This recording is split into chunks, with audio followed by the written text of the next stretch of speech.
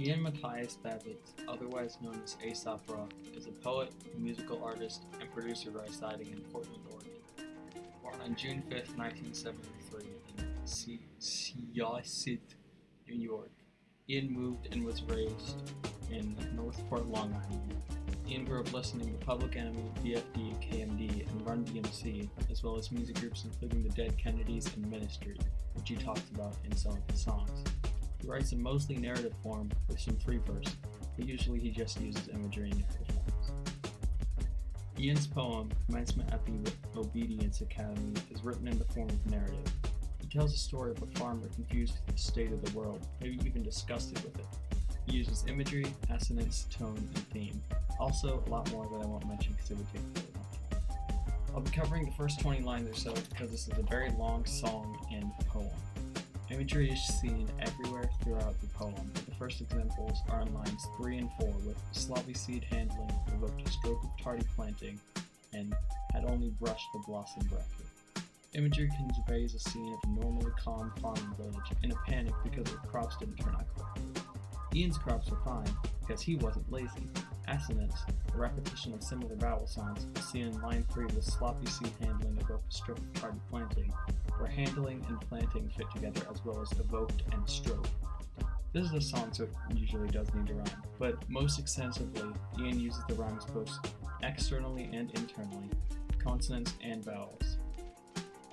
Tony's used extensively from the first line. I fell asleep again, I wasn't ready for it. The poem song contains a sense of tiredness, a sense of drowsiness.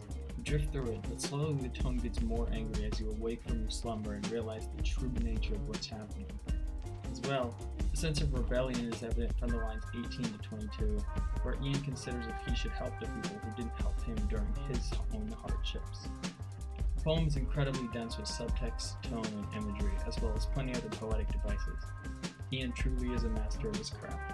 His usage of storytelling in song form is certainly unmatched by any other artist currently. As well, his incredibly dense vocabulary presents another side to music that's incredibly unique. Ian definitely has his place in music and will continue influencing the world through music and poetry. Making people question their ideologies and making people feel through his music, that's where he excels.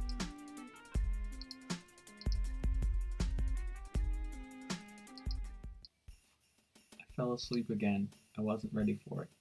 The harvest appeared less plentiful than last season. I imagined sloppy seed handling evoked a stroke of tardy planting, and the crops we'd have harnessed in mid-November had only brushed the blossom bracket, and soon sacrificed lives to icicle jackets from the frost.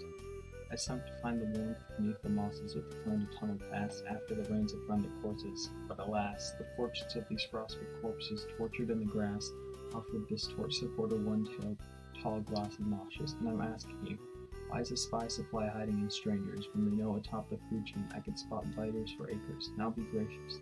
These minstrels turn the bully cycle civil by dissolving the candy-coated image down to the pixels. The upbringing of self-styled Freedom Brigade investors and their studies connecting one-hit wonders with dust collectors puts it down. It's down beneath the sappy sing-alongs. Let's take it further down. We'll let Dante decide which ring I'm on. Nova. The elders took positions and fans marched, parched, plain, and steamed hawking. Ran in my canteen, now I'm like point.